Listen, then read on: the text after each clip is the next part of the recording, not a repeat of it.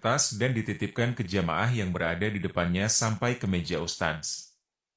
Hadirin yang dirahmati Allah Subhanahu wa Ta'ala. Narasumber kajian tematik spesial pada siang hari ini adalah Ustadz Dr. Ariful Bahri, MA Hafidzohullah dengan tema Air Mata Hijrah. Sekilas tentang Ustadz Dr. Ariful Bahri, beliau merupakan dai asal Riau yang sejak tahun 2007 tinggal di Madinah dan menimba ilmu di Universitas Islam Madinah sejak jenjang pendidikan S1 sampai dengan S3. Beliau juga secara resmi dipilih dan diberi kepercayaan oleh otoritas pengurus dua masjid suci untuk mengajar pengajian resmi berbahasa Indonesia di Masjid Nabawi sejak tahun 2019. Demikian, atas perhatian dan kerjasama hadirin sekalian, kami mengucapkan jazakumullahu khairan. Selanjutnya kepada Ustadz, kami persilahkan. Wassalamualaikum warahmatullahi wabarakatuh.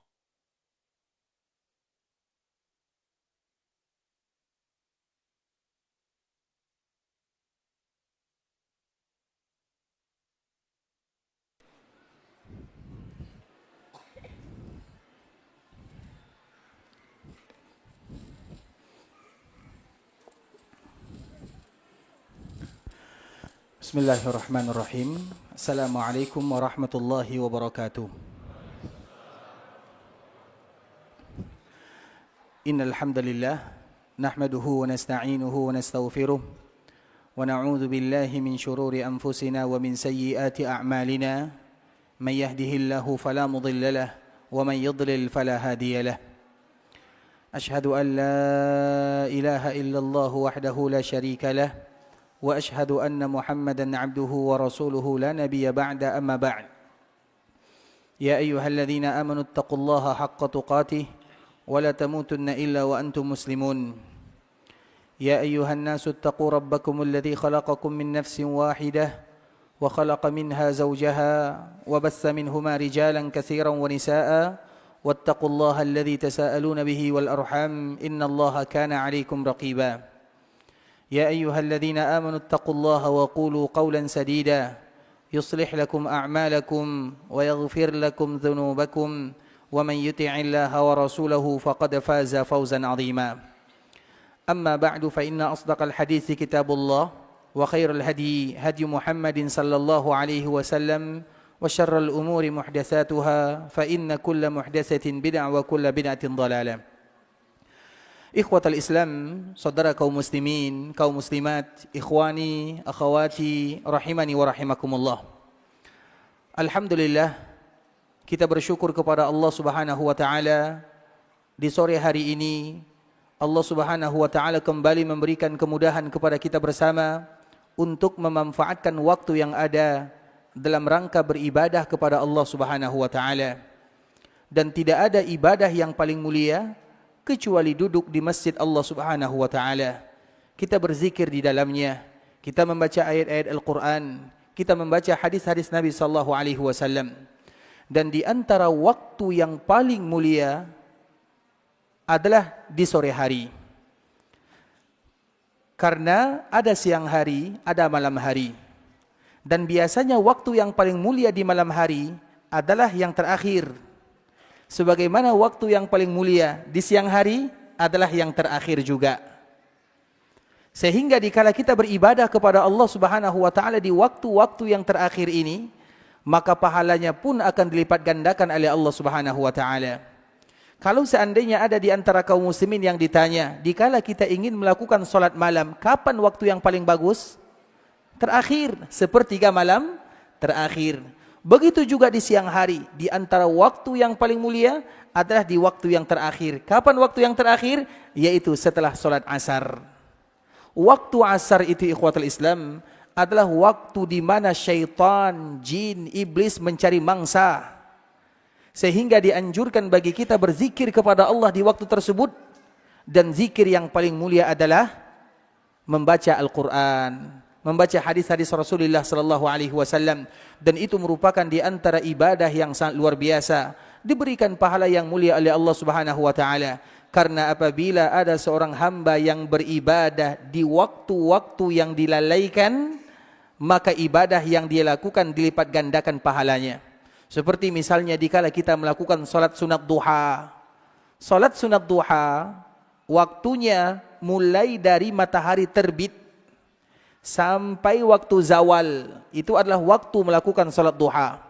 Tapi kira-kira kapan waktu duha yang paling bagus? Kapan yang paling bagus? Yaitu di waktu yang dilalaikan oleh manusia. Kapan waktu yang dilalaikan oleh manusia? Sebelum zawal. Sebelum zawal jam 11.30 atau jam 11. Itu waktu yang dimana kita sudah lelah, kita sudah penat, kita ingin beristirahat. Tiba-tiba ada orang yang salat duha di sana, maka pahalanya dilipat gandakan oleh Allah Subhanahu wa taala. Begitu juga dari pagi kita sudah beraktivitas, tiba-tiba di sore hari banyak orang yang ingin memanfaatkan waktu, ingin istirahat bersama keluarga, pergi santai, pergi makan. Kemudian tiba-tiba ada orang yang memanfaatkan untuk beribadah kepada Allah, maka ingat itu adalah waktu yang paling indah memanfaatkan ibadah kepada Rabbul Izzati wal Jalalah. Dan semoga waktu kita ini merupakan waktu yang diberikan keberkahan oleh Allah Subhanahu wa taala. Kemudian salawat beriringkan salam semoga senantiasa tercurahkan buat junjungan alam Nabi kita yang mulia, uswah dan qudwah kita bersama Muhammad bin Abdullah sallallahu alaihi wasallam. Nabi sallallahu alaihi wasallam adalah suri tauladan bagi kita bersama. Nabi mengajarkan agama. Nabi sallallahu alaihi wasallam dijadikan contoh. Nabi sallallahu alaihi wasallam merupakan figur bagi kita bersama. Sudah merupakan kewajiban kita untuk mencintai baginda Rasulullah sallallahu alaihi wasallam melebihi dari segala-galanya. Bahkan ketika Umar bin Khattab radhiyallahu taala anhu datang kepada Nabi sambil mengatakan, "Ya Rasulullah, la anta ahabbu ilayya min kulli syai', la anta ahabbu ilayya hatta illa min nafsi, la anta ahabbu ilayya min kulli syai'in illa min nafsi." Engkau itu ya Rasulullah adalah orang yang paling aku cintai kecuali melebihi daripada diriku. Karena biasanya seseorang dikala mencintai orang lain, tidak mungkin dia mencintai orang lain dibandingkan dengan dirinya. Bagaimanapun kita wajib mencintai kita sendiri. Itu yang pertama. Nah, kalimat yang diucapkan oleh Umar itu kalimat yang biasa. Semua orang mengatakan yang demikian. Tapi untuk Nabi lain. Ketika Umar mengatakan, engkau orang yang paling aku cintai, melebihi dari segala-galanya, kecuali daripada diriku. Maka Nabi mengatakan, kalau demikian cintamu kepadaku, berarti engkau belum mencintaiku, wahai Umar. Sampai engkau mencintaiku melebihi dari cintamu terhadap dirimu sendiri. Maka setelah mendengarkan Nabi mengatakan kalimat ini, Umar bin Khattab kembali meralatnya. Ya Rasulullah, la anta ahabbu ilayya min kulli syai'in hatta min nafsi. Engkau adalah orang yang paling aku cintai, bahkan melebihi cintaku kepada diriku sendiri. Di saat itulah Nabi baru mengatakan, al-ana ya Umar. Sekarang engkau baru mencintaiku, wahai Umar. Dan itu merupakan tanggung jawab kita bersama. Apakah kita sudah betul-betul mencintai Nabi atau belum? Atau cinta kita masih dipertanyakan? Dan di antara bentuk kecintaan kita kepada Nabi adalah dengan sering-sering kita mengucapkan salam dan salawat kepada Rasulullah sallallahu alaihi wasallam. Sehingga Allah Subhanahu wa taala mengatakan, ya ayyuhalladzina amanu sallu. Apa arti sallu? Salah. Apa arti sallu? Salah. Sallu alaihi wa sallimu taslima. Apa artinya? Siapa yang jawab, angkat tangan.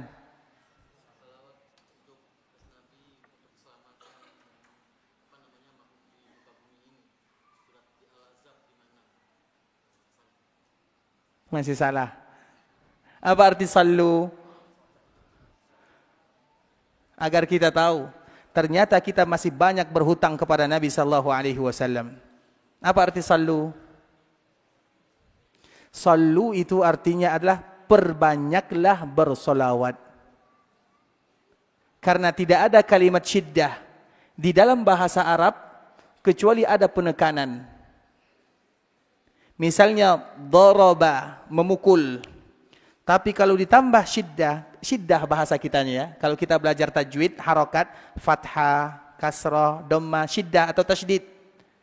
Apa biasa yang kita ucapkan? Syiddah. Syiddah atau tasydid? Tasydid. Tasydid itu ikhwatul Islam. Kenapa tasydid disebut dengan tasydid? Untuk penekanan, penguatan. Setiap kalimat syiddah atau tasydid masuk ke dalam sebuah bahasa, maka makna berubah. Daraba artinya memukul. Kalau sudah masuk syiddah atau tasydid, daraba banyak memukul. Kita kembalikan kepada firman Allah, sallu. Ada syiddah atau tidak? Ada tasydid atau tidak? Wasallimu. Ada syiddah atau tidak? Ada tasydid atau tidak?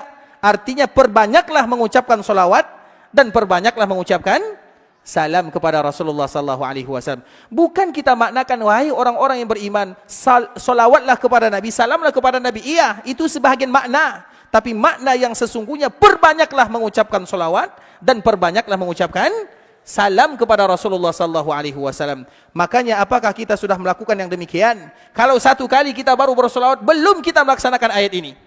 Karena Allah tidak mengatakan kecuali dengan kalimat syiddah, tasydid, sallu. Artinya perbanyaklah mengucapkan salawat, wasallimu, perbanyaklah mengucapkan salam kepada Rasulullah sallallahu alaihi wasallam. Dan itu merupakan di antara bukti cinta kita kepada Rasulullah sallallahu alaihi wasallam. Perbanyak.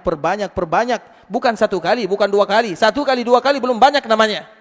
Berarti kita masih berhutang kepada ayat ini. Karena ayat ini memerintahkan kita perbanyak mengucapkan salam dan salawat kepada Rasulullah. Dan itu adalah tanda cinta kita kepada baginda Nabi. Karena Nabi SAW pernah menyebutkan dalam sebuah ancaman yang berat, besar. Man nasiyas salata alayya. Siapapun yang lupa mengucapkan salawat kepadaku. Karena orang yang mencintai seseorang tidak akan pernah melupakan orang yang dia cintai. Itu kaidah cinta. Siapapun yang kita cintai, misalnya kita datang ke sini, kita tidak membawa anak-anak kita, kita pasti ingat anak-anak kita.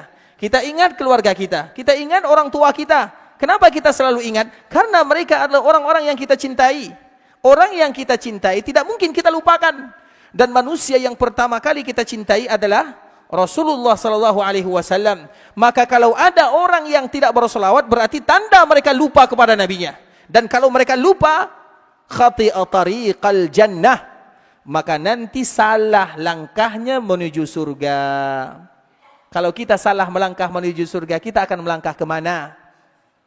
Tidak ada yang ketiga kecuali surga dan neraka. Sehingga di antara salah satu manfaat mengucapkan dan memperbanyak mengucapkan salawat kepada Nabi adalah kita balikkan hadis ini. Karena hadisnya berbunyi, barang siapa man nasiyas salata alayya, barang siapa yang lupa bersalawat kepadaku, salah melangkah menuju surga. Kebalikannya, barang siapa yang tidak lupa bersalawat kepada Nabi, maka mudah langkahnya menuju surga. Sehingga para ulama menyebutkan di antara salah satu keutamaan orang yang memperbanyak mengucapkan salawat kepada Nabi, dimudahkan langkahnya masuk ke dalam surga. Dan semoga Allah masukkan kita bersama ke dalam surganya. Amin amin ya rabbal alamin. Allahumma salli ala Muhammad wa ala ahli baitihi wa ala azwajihi wa dhurriyyatihi kama sallaita ala Ibrahim wa ala ali Ibrahim innaka Hamidum Majid. Allahumma barik ala Muhammad wa ala ahli baitihi wa ala azwajihi wa dhurriyyatihi kama barakta ala Ibrahim wa ala ali Ibrahim innaka Hamidum Majid. Ikhwatal Islam, saudara kaum muslimin, kaum muslimat, Bapak Ibu rahimani wa rahimakumullah. Pada kesempatan kali ini, pembahasan yang akan kita angkat adalah motivasi kepada kaum muslimin untuk selalu kembali kepada Allah Subhanahu wa taala. Dan alhamdulillah, di antara salah satu nikmat yang paling indah Allah Subhanahu wa taala hadiahkan kepada kita adalah dengan kita berada di dalam agama Islam. Agama Islam itu Bapak Ibu merupakan hadiah dari Allah Subhanahu wa taala. Baik kita lahir dalam keadaan Islam atau Allah berikan kepada kita hidayah menuju Islam, itu adalah nikmat yang luar biasa dari Allah Subhanahu wa taala. Mengapa demikian ikhwatul Islam? Karena kalau kita tidak berislam, kita tidak mengucapkan kalimat tauhid, maka kita tidak ada jalan menuju surga Allah Subhanahu wa taala, tidak ada. Allah Subhanahu wa taala mengharamkan surga kecuali bagi mereka yang mengucapkan kalimat tauhid. Karena kalimat tauhid itu adalah kunci daripada pintu surga. Kalimat la ilaha illallah Muhammadur Rasulullah itu kuncinya. Tinggal bagaimana kita berusaha memaksimalkan kalimat ini untuk mendekatkan diri kepada Allah Subhanahu wa taala. Sehingga ikhwatul Islam, di antara salah satu nikmat yang paling indah Allah Subhanahu wa taala berikan kepada kita bersama adalah nikmat Islam itu sendiri. Allah berikan kepada kita hidayah. Dan ada kewajiban kita yang kedua, yaitu bagaimana kita bisa mempertahankan Islam untuk selama-lamanya. Sehingga Allah Subhanahu wa taala menyebutkan ihdinas siratal mustaqim. Ya Allah, berikan kepada kami petunjuk agar kami berada di jalan yang lurus. Jalan yang lurus itu yang pertama adalah Islam. Dan alhamdulillah kita sudah berada di dalam agama Islam.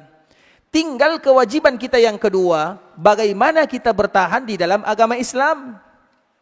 Dan tidak ada di antara kita yang bisa menjamin apakah kita tetap senantiasa berada dalam agama Islam atau nanti kita akan keluar dari agama Islam. Allahu a'lam, kita tidak tahu. Kita banyak menyaksikan ikhwatul Islam, banyak orang yang masuk ke dalam agama Islam, namun di ujung hayatnya, di masa tuanya, dia meninggalkan agama Islam. Dia mengatakan Islam seperti ini, Islam seperti itu. Maka bertahanlah di asal Islam, karena Allah mengatakan wala tamutunna illa wa antum muslimun. Wafat dalam agama Islam, ikhwatul Islam, itu nikmat yang kedua. Setelah nikmat yang pertama adalah Islam, wafat di atas Islam itu nikmat yang kedua. Makanya di dalam sebuah doa, dikala kita sholat jenazah, ada berapa takbir? Ada 4 takbir. Itu yang masyhur bagi kita bersama. Kalau 5 takbir boleh atau tidak? Boleh atau tidak? Boleh. Kalau 6 boleh atau tidak? Tidak boleh. Kalau 7 boleh. Tapi biasanya yang dilakukan oleh kaum muslimin adalah 4 takbir sahaja. Itu yang masyhur dan itu yang diterapkan. Kemudian ikhwatal Islam, dikala kita takbir yang pertama, apa yang kita baca? Alhamdulillah. Takbir yang kedua, apa yang kita baca? Salawat kepada Nabi. Seolah-olah ini merupakan muqaddimah sebelum kita berdoa. Karena bagaimanapun muqaddimah doa adalah Al-Fatihah dan salawat kepada baginda Rasulullah sallallahu alaihi wasallam. Nah, pertanyaan yang ketiga, apa bacaan dikala kita berada di takbir yang ketiga?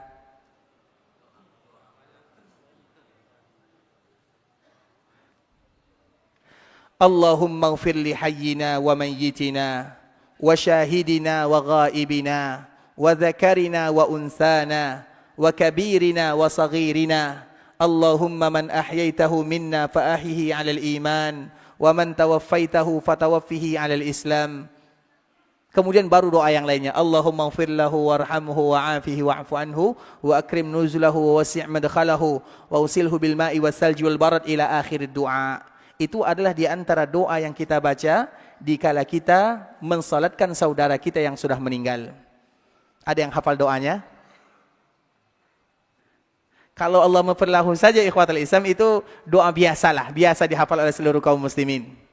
Tapi doanya Allahumma ighfir li hayyina wa mayyitina wa syahidina wa ghaibina wa dzakarina wa unsana wa kabirina wa saghirina. Allahumma man ahyaitahu minna fatawaffihi 'alal iman wa man tawaffaitahu minna fatawaffihi 'alal islam. Kemudian baru kita sambung dengan doa-doa yang biasa kita baca. Ada yang hafal? Kayaknya tidak pernah salat jenazah kita ya. Berarti kalau kita jarang salat jenazah ke sini, bagaimana supaya kita selalu salat jenazah? Datang ke Mekah Madinah. Iya atau tidak? Karena di Mekah Madinah setiap hari, setiap salat orang melakukan salat jenazah. Kalau di kampung kita tidak mungkin setiap hari kita doakan ada yang mati. Kenapa demikian? Agar kita tahu apa makna daripada doa ini. Agar kita tahu ternyata dikala kita mensalatkan saudara kita yang sudah meninggal, manfaatnya bukan untuk dia sahaja, tapi untuk kita. Makanya artinya apa?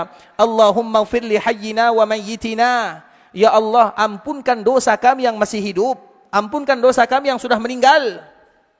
Wa syahidina wa ghaibina. Ampunkan dosa kami yang hadir. Ampunkan dosa kami yang tidak hadir.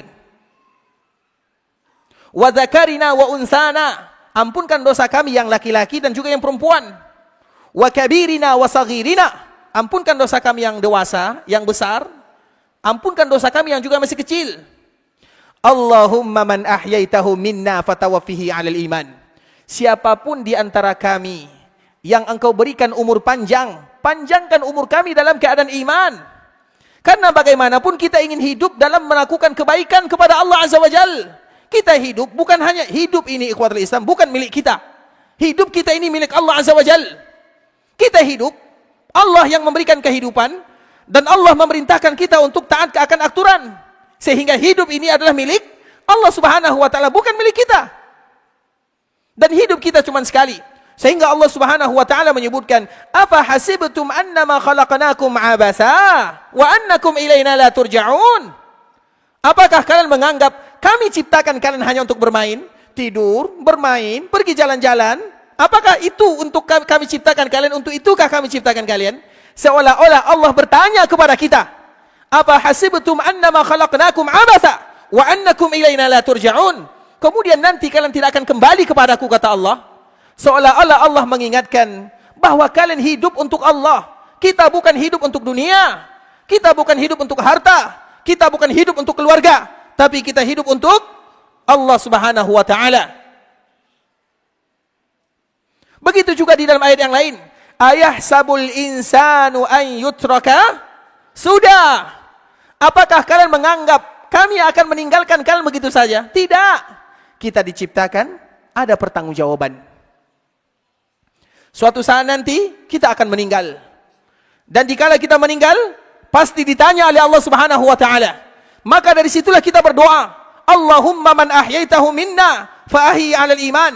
Ya Allah, kalau seandainya kami masih ada umur panjang, panjangkan umur kami dalam keadaan beriman. Apa makna dalam keadaan beriman? Agar kami selalu melakukan kebaikan, agar kami hidup untuk beribadah kepadamu. Wa man tawaffaitahu minna fatawaffihi 'alal Islam. Dan kalau sekiranya ada di antara kami yang engkau cabut nyawanya, cabut nyawa kami dalam keadaan Islam. Itulah makna wala tamutunna illa wa antum muslimun. Sehingga di antara salah satu doa yang diajarkan oleh Nabi sallallahu alaihi wasallam, Allahumma ahyina muslimin wa tawaffana muslimin wa alhiqna bis salihin. Ya Allah, hidupkan kami dalam keadaan Islam, wafatkan kami dalam keadaan Islam, kumpulkan kami bersama orang-orang yang saleh. Doa ini tidak boleh ditinggalkan oleh kaum muslimin. Ada yang sudah hafal? Nah, ini yang mengulangnya. Silahkan maju. Masya Allah, silahkan. Bacanya di sini ya. Taib. Silakan. Berdiri. Allahumma ahyina muslimin wa tawaffana muslimin wa alhiqna bis solihin. Artinya, ya Allah, hidupkanlah saya dalam keadaan Islam, wafatkanlah dalam keadaan Islam, dan kumpulkanlah bersama orang-orang soleh. Masya Allah, sudah. Silakan ganti saya di sini. Yang mana hadiahnya, Masya Allah, ini atau ini? Silakan dipilih. Dua-duanya boleh, silakan. Masya Allah. Silakan. Boleh, silakan. Baik. Doa ini tidak boleh dihafal. Tidak ada di antara kita yang keluar dari masjid ini kecuali kita sudah hafal doanya. Allahumma ahyina muslimin. Ya Allah, hidupkan kami dalam keadaan Islam. Wa tawaffana muslimin. Wafatkan kami dalam keadaan Islam. Wa alhiqna bis salihin. Kumpulkan kami bersama orang-orang yang saleh. Sudah hafal doanya? Kita ulang lagi ya. Ini penting ikhwatul Islam. Ini metode dalam kehidupan kita. Iya, mungkin kita merasa diri kita tidak banyak ibadahnya. Kita merasa banyak kesalahan yang kita lakukan. Tapi paling tidak kita bermohon kepada Allah agar kita selalu berada di dalam Islam. Hidup dalam Islam, wafat dalam Islam, meninggal dalam keadaan Islam. Allahumma ahyina muslimin wa tawaffana muslimin wa alhiqna bis salihin. Sudah hafal semuanya?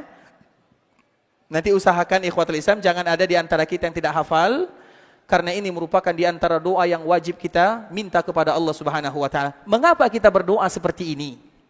Apakah kita merasa menjamin diri kita akan diwafatkan oleh Allah dalam keadaan Islam? Belum tentu. Kami sebutkan ikhwatul Islam. Imam Al-Qurtubi rahimahullahu ta'ala di dalam tafsirnya pernah bercerita tentang salah seorang pemuda Pemuda ini pekerjaannya adalah sebagai seorang muazzin. Dia muazzin masjid. Dulu kalau azan, biasanya orang azan berada di atas menara karena tidak ada pengeras suara. Jadi terpaksa dia naik di atas misalnya lantai 2 atau lantai 3. Kemudian dia berteriak Allahu Akbar, Allahu Akbar, Allahu Akbar. Dia seorang muazzin dan muazzin itu pahalanya luar biasa. Apa kata Nabi SAW? Al-muazzin mu'taman wal imamu dhamin. Muazzin itu adalah orang yang amanah. Wal imamu dhamin. Imam itu adalah penjamin. Kemudian apa kata hadis Nabi SAW dalam riwayat yang lainnya? Atwalu a'naqan yaumal qiyamah. Orang muazzin itu adalah orang yang paling panjang lehernya di hari kiamat. Apa makna paling panjang? Paling mudah diperhatikan oleh Allah Subhanahu wa taala. Karena dialah yang berseru kebaikan, membuka pintu kebaikan, memanggil manusia untuk melaksanakan ibadah salat. Kalau ada muazzin Allahu Akbar, Allahu Akbar, kemudian datang kaum muslimin ke masjid, semua yang salat di dalam masjid, dia mendapatkan pahalanya karena dia yang memanggilnya. Mau tidak jadi muazzin? Betul nih. Baik. Jadi muazzin ini, dikala dia azan suatu ketika, agar kita tahu, dia naik. Kemudian dikala dia azan, dia ingin turun dari masjid. Dikala dia turun, ternyata ada tetangga. Tetangga ini bukan beragama Islam, tetangga beragama Nasara. Kemudian ikhwatul Islam, dikala dia turun dari masjid, dia melihat ada salah seorang wanita. Wanita ini beragama Nasara. Kemudian jatuh hatinya kepada wanita ini. Karena kalau sudah jatuh hati, semuanya dilakukan. Kemudian setelah dia azan, kemudian salat, tiba-tiba dia mendatangi rumah wanita ini dan mengatakan, aku sayang kepadamu dan aku ingin menikah denganmu. Wanita ini mengatakan, kita tidak akan pernah bisa bersama karena orang tuaku tidak akan pernah setuju. Kecuali kalau kamu meninggalkan agamamu, baru orang tuaku setuju. Kemudian dikala wanita ini mengatakan yang demikian, maka laki-laki ini tidak panjang berfikirnya. Dia langsung menemui orang tuanya dan mengatakan, saya berada di dalam agama kalian. Langsung pindah agama. Padahal dia ada seorang muazzin. Kemudian apa yang terjadi ikhwatal Islam? Maka terjadilah akad nikah. Mereka menikah.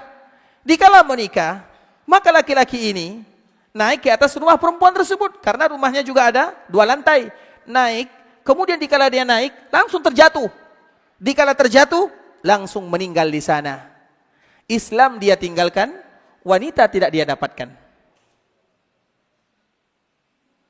Allahumma ahyina muslimin, wa tawaffana muslimin, walhiqna bis-salihin. Tidak ada di antara kita yang bisa menjamin bagaimana keadaan kita ikhwatul Islam. Tidak ada. Betapa banyak kita mendengarkan orang masuk ke dalam agama Islam, dia semangat, tiba-tiba dia keluar dari agama Islam. Kita tidak tahu. Dan itu banyak sekali kisahnya. Maka di antara salah satu kewajiban kita dikala kita berada di dalam agama Islam, berdoa kepada Allah. Apa doanya? Ini dia. Allahumma ahyina muslimin wa tawaffana muslimin wa alhiqna bis-salihin. Karena itu merupakan di antara nikmat yang Allah Subhanahu wa taala berikan kepada kita bersama. Kemudian ikhwatul Islam, dikala kita sudah berada di dalam agama Islam, maka kewajiban kita adalah mengekang diri. Di antara kewajiban yang harus kita lakukan adalah bagaimana berusaha untuk beribadah kepada Allah Subhanahu wa taala. Karena banyak orang yang Islam, tapi mereka tidak tahu apa itu Islam.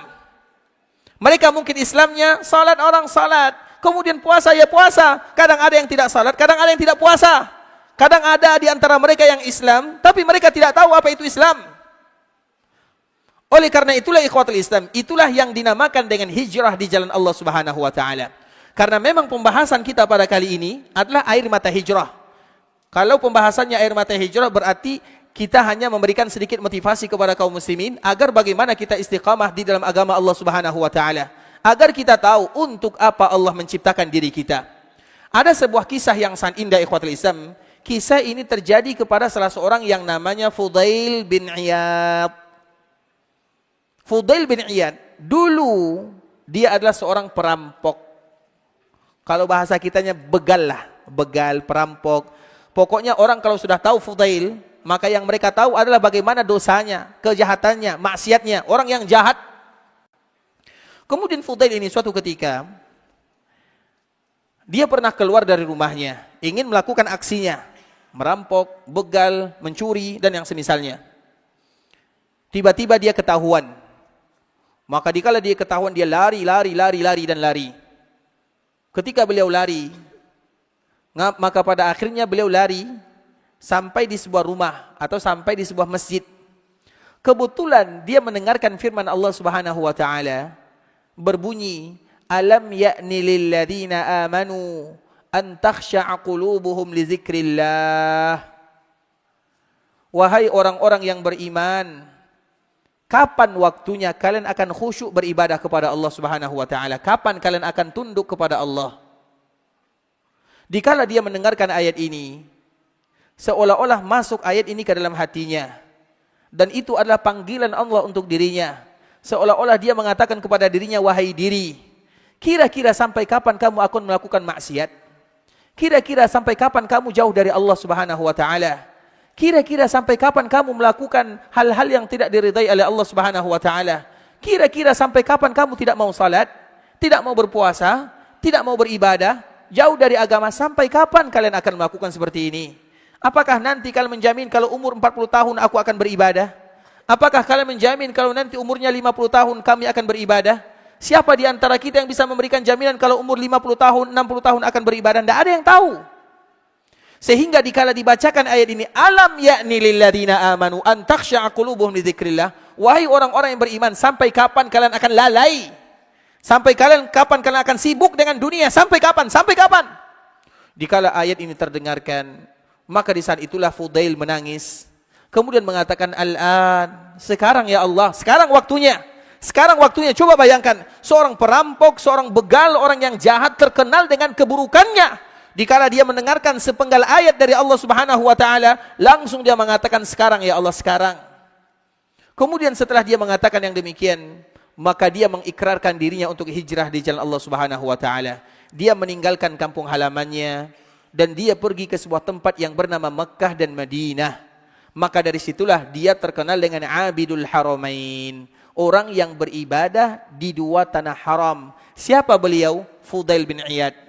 Dikala dia meninggalkan kampung halamannya, beribadah ke dua tanah haram, maka dikala beliau berada di tanah haram, tentunya banyak manfaat yang beliau dapatkan. Belajar agama di sana, membaca ayat-ayat Al-Quran, mendengarkan hadis-hadis Nabi. Maka semenjak itulah beliau menjadi ulama dan orang yang rajin beribadah kepada Allah Subhanahu wa taala. Itulah yang dikenal dengan Fudail bin Iyad. Dari sinilah para ulama menyebutkan ikhwatul Islam, siapapun kaum muslimin, mereka harus hijrah kepada Allah Subhanahu wa taala.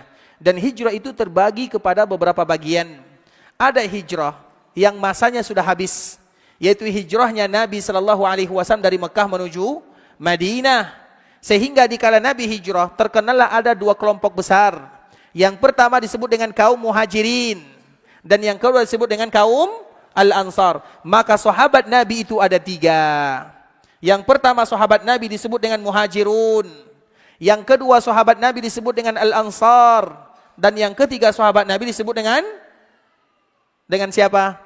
Dengan apa? Kalau tidak Muhajirin, kalau tidak Ansar, apa namanya? Khulafa? Siapa yang jawab, angkat tangan? Apa namanya, Pak? Khulafaur Rasyidun. Bukan Muhajirin, bukan Ansar. Nama yang lain adalah? Masya Allah, barakallahu fiik, Allah yahfadzakum. Bisa Masya Allah, sehat selalu Pak ya. Tapi jawabannya salah ya. Khulafaur Rasyidun, Abu Bakar, Umar, Utsman, Ali. Semua mereka masuk ke dalam kategori Muhajirin atau Ansar? Muhajirin. Makanya sahabat Nabi terbagi tiga. Muhajirin, Ansar, yang ketiga apa namanya? Khulafaur Rasyidun. Sudah salah tadi anak ya. Nah Bapak nak, Masya Allah, sini. Masya Allah, sini. Masya Allah. Siapa namanya nak? Masya Allah, siapa pegang nih nak? Masya Allah, siapa namanya? Naufal Rijalul Qad Effendi. Berapa hafalannya? 3 juz. Coba bacakan yang paling mudah, yang kamu lancar. A'udzubillah. A'udzu billahi minasyaitonir rajim. Bismillahirrahmanirrahim. قد سمع الله قول التي تجادلك في زوجها وتشتكي إلى الله والله يسمع تهاوركما إن الله سميع بصير الذين يظاهرون منكم من نسائهم ما هن أمهاتهم إن أمهاتهم إلا اللائي ولدنهم وإنهم ليقولون منكرا من القول وزورا وإن الله لعفو غفور يا أيها الذين آمنوا قوا أنفسكم وأهليكم نارا وقودها الناس والحجارة سنسمه على الخرطوم إنا بلوناهم كما بلونا أصحاب الجنة إذ أقسموا ليصرمنها مصبحين أفلا ينظرون إلى الإبل كيف خلقت وإلى السماء كيف رفعت Ahsan. Apa yang kamu mau hadiah, nak? Mau hadiah apa kamu? Mau hadiah apa? Terserah Ustaz ya. Buku, duit, apa lagi? Dua-duanya juga, ambillah semuanya. Nah, ini Masya Allah. Sehat selalu, nak ya. Masya Allah. Insya Allah semua. Doakan aku masuk ke UIM ya. Amin ya Rab, Masya Allah. Semoga Allah jaga ya menjadi anak soleh dan juga seluruh anak kaum muslimin. Baik. Tapi jawabannya salah tadi, nak ya. Tetap salah ya, tetap ya. Baik. Masya Allah, barakallahu fiik. Sahabat Nabi, Muhajirun, Ansar, yang selain Muhajirun dan selain Ansar disebut dengan sahabat. Disebut dengan sahabat. Bisa dipahami? Kalau tidak Muhajirun, kalau tidak Ansar, maka mereka dinamakan dengan sahabat. Sudah selesai. Jelas kan? Cuman pertanyaannya ini, apakah semua sahabat mereka Muhajirun? Apakah semua sahabat Muhajirun? Apakah semua sahabat Ansar? Berarti sisanya apa namanya? Sahabat Nabi. Khulafa'nya 4, Ashabus Suffah hanya 80. Berarti namanya adalah sahabat Nabi. Nah, sekarang kita bahas satu persatu. Al-Muhajirun, kenapa mereka disebut dengan Muhajirun? Jangan jawab karena mereka hijrah dari Mekah menuju Madinah. Ini jawaban sudah lama. Harus update jawabannya. Siapa yang bisa jawab? Saya sudah kasih kisi-kisi ya, supaya nanti tidak menjawab kalimat ini. Kenapa disebut dengan Muhajirun? Orang yang pertama kali beriman kepada Allah. Berarti orang yang pertama kali beriman, kemudian mereka tidak hijrah, tetap berada di Mekah, disebut dengan Muhajirin atau tidak? Disebut tetap ya Pak ya? Masya Allah, silakan Pak, Masya Allah. Mungkin dioporkan ke belakang ya, Masya Allah, barakallahu fiik. Tapi jawabannya masih salah ya. Itu dia masalahnya.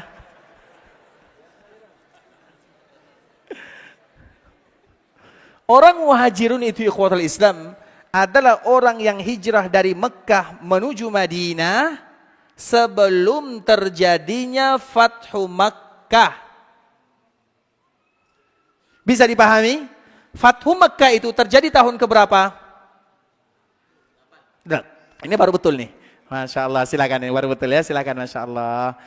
Fathu Makkah itu terjadi tahun ke-8 Hijriah. Berarti siapapun yang hijrah dari Mekah menuju Madinah setelah terjadi Fathu Makkah, maka apakah mereka disebut dengan Muhajirun? Tidak.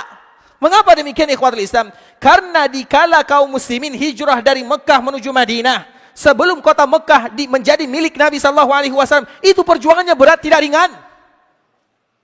Kalau setelah terjadi Fathu Makkah, itu ringan. Karena Mekah sudah menjadi milik kaum muslimin. Tapi sebelum menjadi milik kaum muslimin, tiba-tiba ada yang hijrah, itu berat sekali ikhwatul Islam. Maka siapapun yang hijrah dari Mekah menuju Madinah sebelum terjadi Fathu Makkah, maka mereka disebut dengan Muhajirun.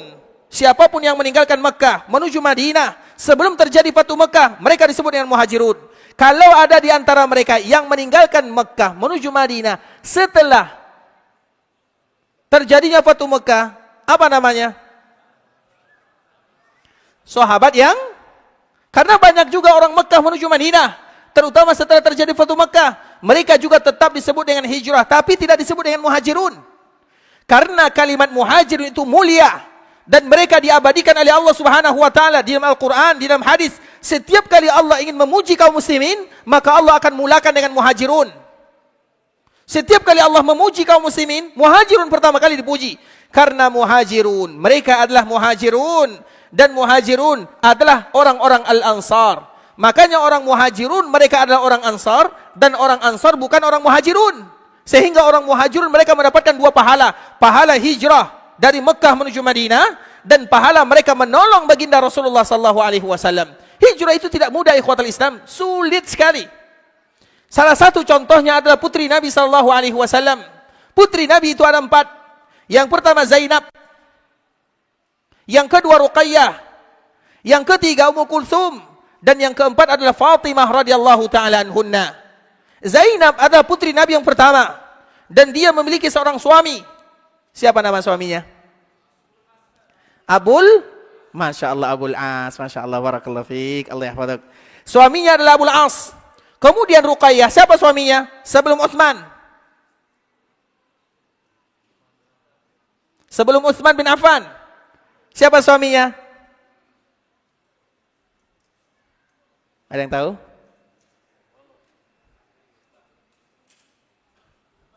Siapa? Utsbah bin Abul Uzza. Betul nih? Iya. Siapa mengatakan betul? Iya betul? Masya Allah, insya Allah ya. Masya Allah, silahkan, Masya Allah. Sehat ya. Utsbah, kita kenal dengan Utsbah. Ada Utsbah, ada Utaibah. Kedua-duanya adalah anaknya Abdul Uzza. Abdul Uzza itu nama lainnya adalah Abu Lahab. Abu Lahab itu nama yang bagus. Lahab itu artinya orang yang paling paling tampan. Karena paman Nabi yang satu ini orangnya putih, tinggi, ganteng, semua keindahan ada pada dirinya. Maka disebut dengan Lahab. Maka dipanggil dengan Abu Lahab. Hanya saja jahat kepada Nabi, itu saja masalahnya. Kalimat Lahab itu bukan buruk maknanya, bagus maknanya. Dan dia namanya adalah Abdul Uzza. Dia punya anak 2 orang. Yang pertama Utsbah, yang kedua Utaibah. Dan itulah suami daripada putri Nabi Ruqayyah dan Ummu Kulsum. Abu Lahab menikahkan anaknya dengan anak Nabi SAW. Sehingga Zainab menikah dengan Abul As. Abul As itu adalah ponakannya Khadijah. Dan Zainab adalah anaknya Khadijah. Abul As suaminya ponakan Khadijah. Zainab adalah putrinya Khadijah. Ponakannya menikah dengan putrinya. Kemudian Ruqayyah menikah dengan Utsbah. Utsbah itu adalah anak paman Nabi, berarti sepupu Nabi. Utaibah juga sepupu Nabi, menikah lagi dengan putri Nabi bernama Ummu Kulsum. Dan Fatimah baru menikah dengan Nabi atau menikah dengan Ali bin Abi Thalib radhiyallahu taala anhuma. Ikhwatul Islam, dikala Allah Subhanahu wa taala mengizinkan Nabi sallallahu alaihi wasallam meninggalkan Makkah menuju Madinah, tidak semudah yang kita bayangkan. Makanya kalimat muhajirun adalah orang-orang yang mulia. Perjuangan mereka itu berat. Tidak sebayang, mereka meninggalkan Makkah menuju Madinah selesai. Tidak semudah yang dibayangkan. Makanya Allah Subhanahu wa taala memberikan pujian kepada mereka. Dan salah satunya Allah jadikan mereka ikon yang pertama kali. Misalnya nanti dikala kita dibangkitkan di akhirat, pertama kali kita dibangkitkan, apa yang terjadi? Kita dibangkitkan dalam keadaan tidak berpakaian, tidak ada sandal, tidak bersunat, semua kita sama rata. Pertama kali dibangkitkan, semua kita merasakan kehausan. Di saat itulah Allah berikan hadiah terindah berupa telaga, namanya Haudun Nabi sallallahu alaihi wasallam, telaga Nabi. Dan Nabi sallallahu alaihi wasallam menyebutkan, ana faratukum alal haud, man marra alayya syarib wa man syariba lam yazma abada. Wahai umatku, mungkin kita tidak berjumpa di dunia karena memang tidak ada umat yang bertemu secara langsung dengan Nabi di dunia. Nah, kalau kita tidak bertemu dengan Nabi di dunia, kapan pertemuan kita? Hadis ini, pertemuan kita bukti kita akan bertemu dengan Nabi. Kapan? Nabi menyebutkan, ana faratukum alal haud. Aku sudah mendahului kalian. Aku tunggu kalian di sana. Man marra alayya syarib. Siapapun yang minum dari telaga Nabi, siapapun yang lewat, minum. Wa man syariba lam yazma abada. Siapapun yang minum tidak akan pernah merasakan kehausan selama-lamanya. Nikmat dari Allah sebelum surga, sebelum neraka, sebelum hisab, sebelum sirat, sebelum kita melalui fase-fase yang telah disebutkan oleh Allah Subhanahu wa taala. Pertanyaannya, siapa yang pertama kali minum dari telaga Nabi? Siapa? Muhajirun. Yang pertama kali minum dari telaga Nabi adalah Muhajirun. Kemudian setelahnya baru Al-Ansar. Tidak semua umat Nabi langsung minum dari telaga Nabi, tidak. Ada urutannya. Dan urutan yang pertama adalah Muhajirun. Begitu juga urutan berikutnya. Urutan berikutnya adalah timbangan, urutan berikutnya adalah hisab, kemudian sirat, kemudian qantarah, pada akhirnya antara surga dan neraka. Dikala kita sampai di surga, tidak ada satupun yang berani masuk surga. Dan tidak akan ada orang yang bisa masuk surga. Berbeza dengan neraka. Kalau neraka lain ceritanya. Makanya Allah Subhanahu wa taala menyebutkan ayat yang semua kita hafal. Wasiqal ladina kafaru ila jahannama zumara hatta idza ja'uha futihat abwabuha. Ketika orang-orang yang melakukan dosa, maksiat, yang ingkar, mereka digiring menuju neraka Allah Subhanahu wa taala. Hatta idza ja'uha, sehingga dikala mereka sampai di neraka, futihat abwabuha, pintu langsung terbuka. Ketika pintu terbuka, tidak ada mukaddimahnya, langsung masuk. Sampai di pintunya langsung masuk, habis. Mereka langsung merasakan azab sesuai dengan amalan yang mereka lakukan di dunia. Tapi ketika Allah berbicara tentang surga, lain ayatnya.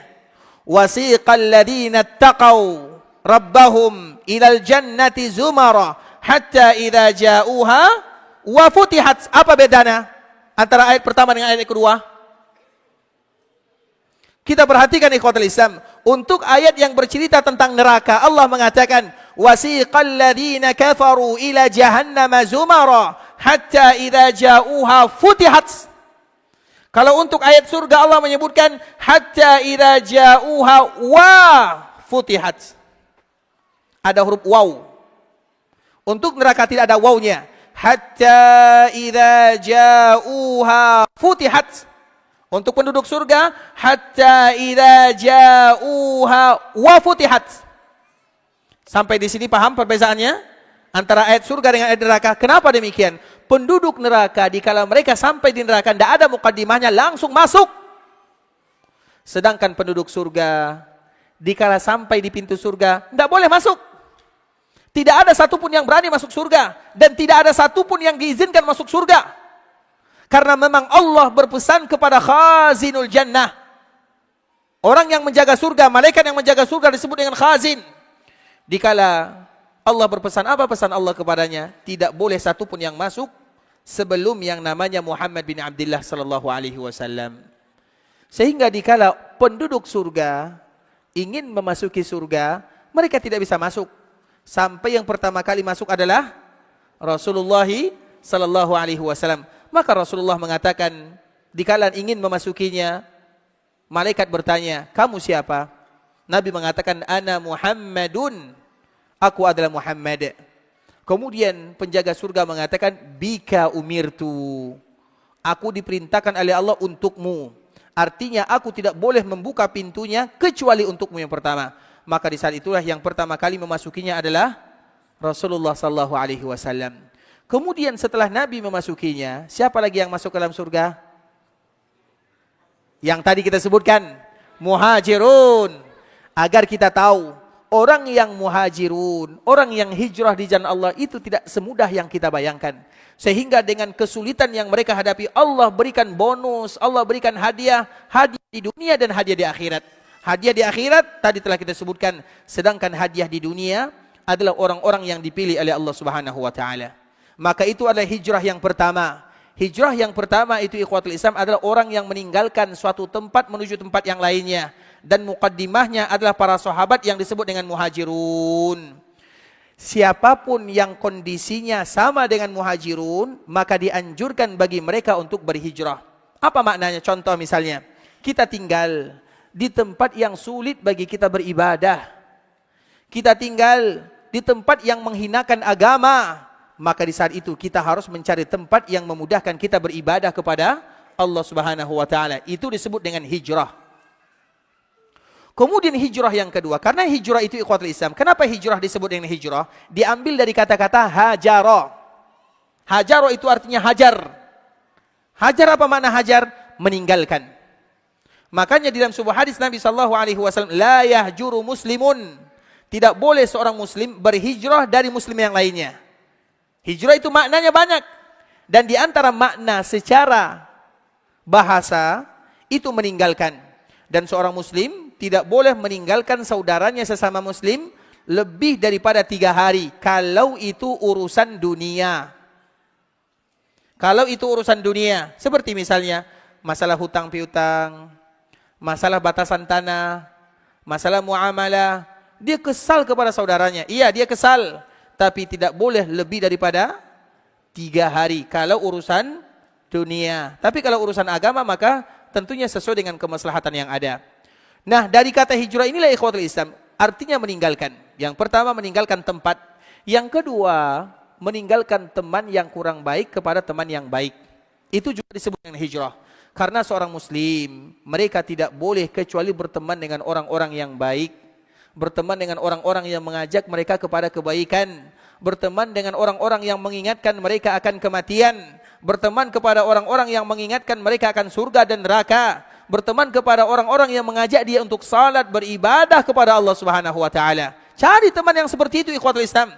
Teman yang akan mengingatkan kita kepada Allah Azza wa Jalla. Makanya kalau kita lihat para ulama, mereka betul-betul pertemanan mereka adalah pertemanan yang saling mengingatkan dan pertemanan mereka itu akrab. Karena harus kita mencari teman, itu hijrah namanya. Dan salah satu pertemanan yang paling indah ikhwatul Islam, tentunya para ulama, salah satu kisahnya adalah antara Imam Ahmad dengan Imam Syafi'i rahimahullahu ta'ala. Imam Syafi'i adalah salah seorang imam yang lahir pada tahun 150 Hijriah, meninggal pada tahun 204 Hijriah. Sedangkan Imam Ahmad lebih muda daripada Imam Syafi'i. Lahir pada tahun 164 Hijriah. Berarti berapa selisihnya? 14 tahun. Lebih tua Imam Syafi'i 14 tahun daripada Imam Ahmad. Kemudian ikhwatul Islam, dia meninggal pada tahun 241 Hijriah. Imam Ahmad lebih tua dan lebih panjang umurnya dibandingkan dengan Imam Syafi'i. Pertemanan mereka ini ikhwatul Islam, pertemanan yang sangat luar biasa karena Allah Subhanahu wa taala.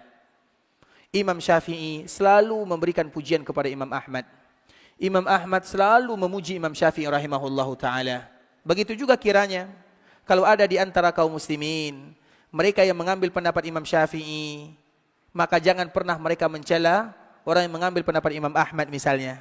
Begitu juga orang yang mengambil pendapat Imam Ahmad, jangan mereka mencela yang mengambil pendapat Imam Syafi'i rahimahullahu taala, karena mereka ini berteman.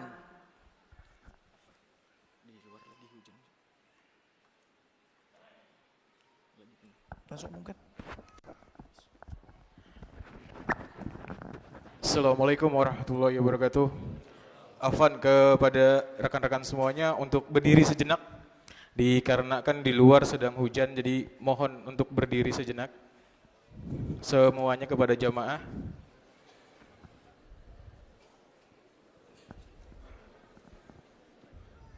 Untuk kau ikhwan silakan berdiri maju 1 langkah sekecil. Kami atur dulu sejenak untuk meja Ustadz.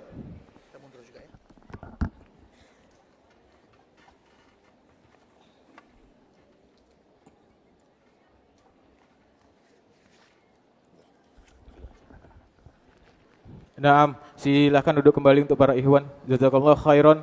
Untuk rekan-rekan bisa ngisi di bagian belakang, langsung ke arah sayap yang di belakang.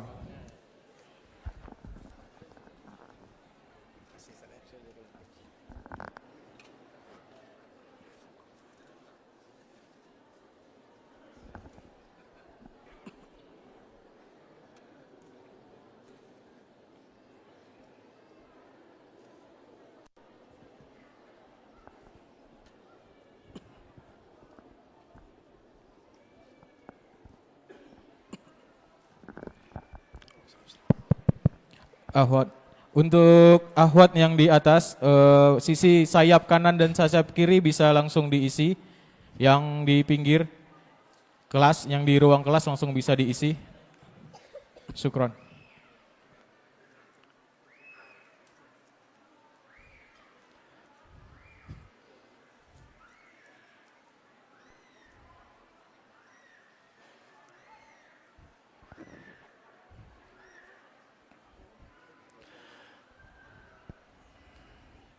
Ikhwatal Islam, saudara kaum muslimin, kaum muslimat, ikhwani akhwati rahimani wa rahimakumullah.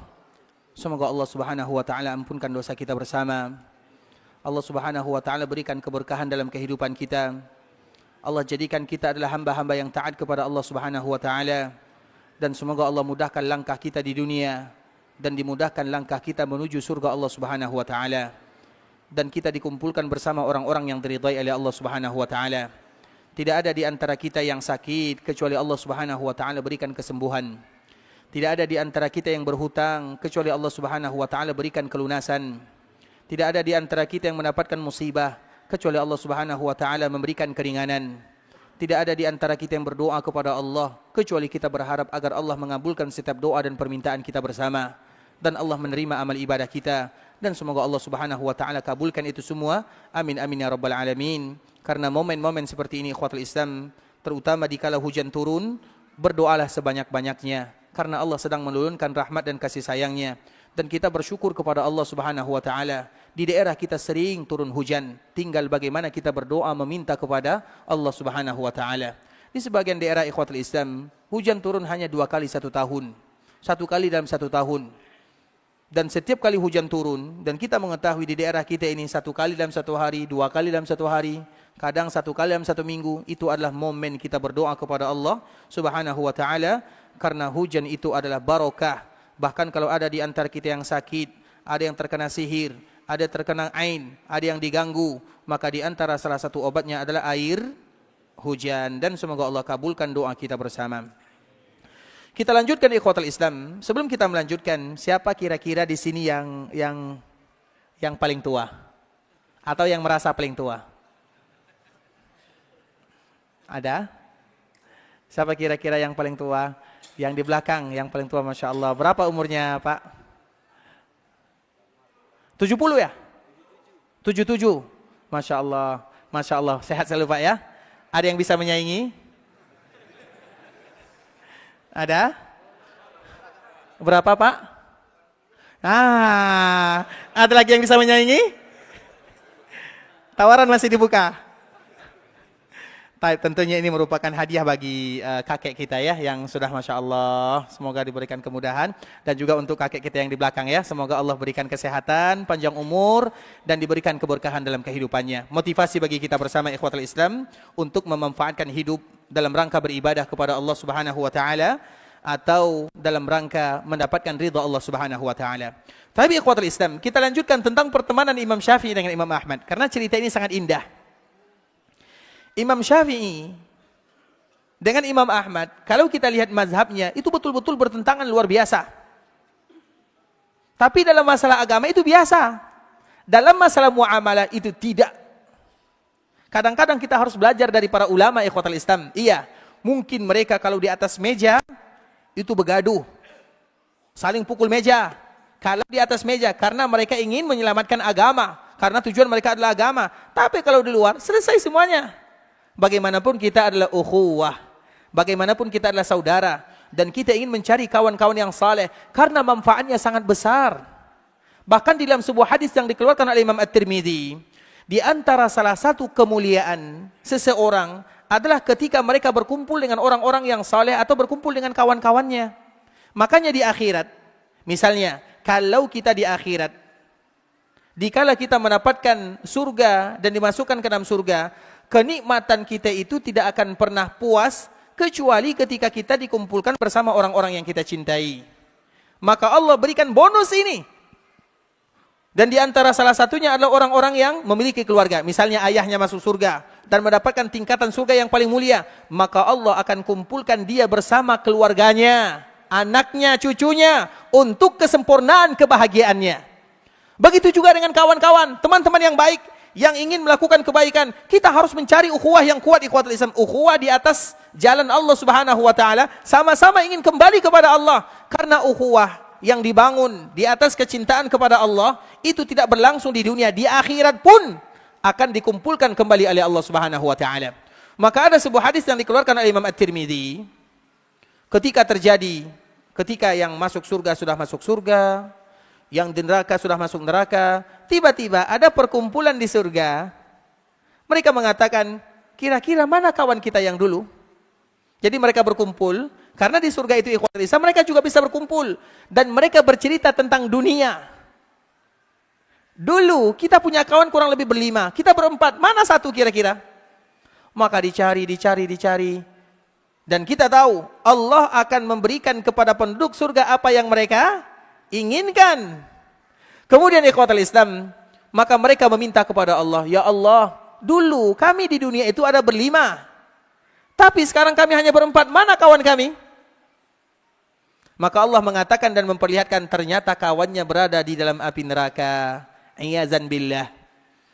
Kemudian mereka mengatakan, ya Allah, dulu kami sholat bersama, berpuasa bersama, beribadah bersama, juga melakukan kebaikan bersama-sama. Kumpulkan kami kembali bersama di akhirat sini, di surga ya Allah, kumpulkan kami kembali. Karena Allah mengabulkan setiap apa yang mereka inginkan, yang tadi berada di dalam api neraka, dikeluarkan oleh Allah Subhanahu wa taala, dan pada akhirnya dia berada di dalam surga. Karena siapa? Karena Allah yang pertama, dan yang kedua karena syafaat saudara-saudaranya. Tapi dengan syarat, yusalluna kama nusalli. Nusalli kama yusallun. Mereka salat, kami juga salat. Sama-sama beribadah kepada Allah Subhanahu wa taala. Itulah kawan yang sesungguhnya. Dan itulah hijrah di jalan Allah Azza wa Jal. Hijrah meninggalkan teman yang kurang baik kepada teman yang baik, itu juga terhitung sebagai sebuah hijrah di jalan Allah Azza wa Jal. Cari kawan yang baik. Karena kawan yang baik ini akan memberikan manfaat di akhirat. Minimal mereka akan menarik kita kalau seandainya kita tidak ditemukan di surga, kemudian mereka menemukan kita di neraka, dikeluarkan oleh Allah Subhanahu wa taala. Itu bukan perkara yang mudah ikhwatul Islam. Makanya teman yang baik, kenapa kita harus mencarinya? Karena kita ingin hijrah. Dan dengan demikianlah Allah memudahkan langkah kita masuk ke dalam surga Allah Subhanahu wa taala. Makanya kita belajar dari para ulama. Seperti Imam Ahmad dan Imam Syafi'i yang tadi kita ceritakan ikhwatul Islam.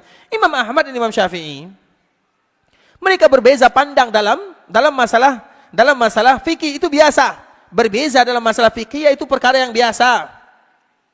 Dan itu merupakan di antara keluasan kasih sayang Allah Subhanahu wa taala.